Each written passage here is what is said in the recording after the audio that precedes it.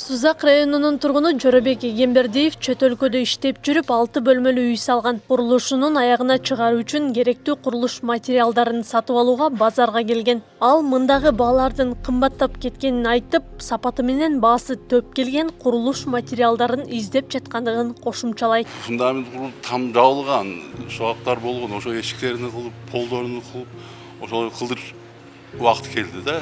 Ошо азыр кымбатчылык.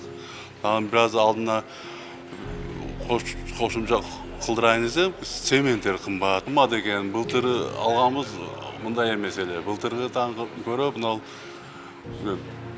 6 ай 7 айдын ичинде көтөрүлгөн ценалар анча бийик былтыргыдан көрө. Ошого мына албай туура келип акча жетпей кетет. Кыргызстанда былтыркыга караганда курулушта колдонулуучу материалдар орточо 10,5% кымбаттаган. Ал эми сатуучулар болсо курулуш материалдарынын кымбаттоосун материалдын аздыгы жана кымбат келип жатканы менен түшүндүрүшөт. Клиенттер вообще уже алдыңгыдай эмес да. Ценалар көтөрүлдү, 1,5-2 миң сом көтөрүлдү. И анан товарды өзү негизи жок да товар.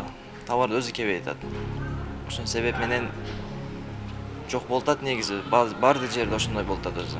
Кышта и азыр деле бирдей да, түшкөн жок, толук кымбатлап атат. Товар өзү жок, кымбатлап атат. Ошондой болуп калды. Кыргызстанда цементтин баасы былтыркыга салыштырмалуу орточо 10,4%, курулуш жыгачтары 15,6%га кымбаттаган. Ошол эле учурда бышкан кыштын баасы 17%, шифердики 15,2%га өскөн. Быйыл май айына карата азык-түлүк эмес товардын баасы 4,2%га кымбаттаган. Акыркы учурда азык-түлүк продукциясынын баалары дагы кескин кымбаттап, коомчулуктун нааразычылыгын пайда кылууда. Анан бардык нерсе кымбат. 2 эсе десек деле жаңылбайбыз. 3 эсеге деле жакындап кеткен. Анан эми кымбаттаганына жараша айлык акылар да көтөрүлсө жакшы болот эле деп ойлойбуз. Халк өтө кыйналып атат карындашым. Халк үчүн бар жок нерселер кымбат. Халкты жонун тилип атат өкмөт. Бар жок нерсе кымбат. Эт кымбат, сабыз кымбат. Сабыз качан 100 сомго чыкты эле. 5 литр майың 800 сом болуп атса, көп балалуулар 5 литр майың bir айга жетпесе, барына эле кыйынчылык болуп атат. Ооба элдер, ошо бизге окшогон элдер, карапайым элдер кыйналып калды да.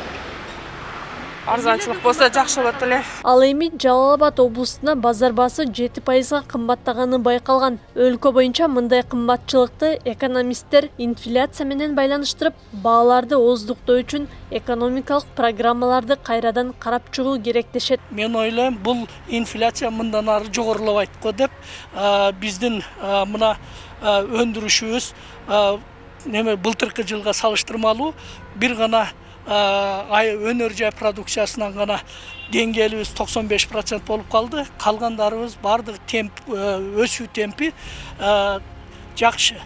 Былтыркы темпти камсыз кылып андан ашыгыраак да болду. Ошон үчүн биздеги областтагы инфляция анча эле болбойт го деп эсептейм. Негизинен кыш Нарын менен Талас облусунда жыгач материалдар Баткен жана Жалал Абад облустарында кескин кымбаттаганы байкалды. Эске салсак, статистика комитети буга чейин өлкөдө тамак аш менен алкоголсуз суусундуктардын баасы 6,8%, азык-түлүктүкү 3%га өскөнүн билдирген.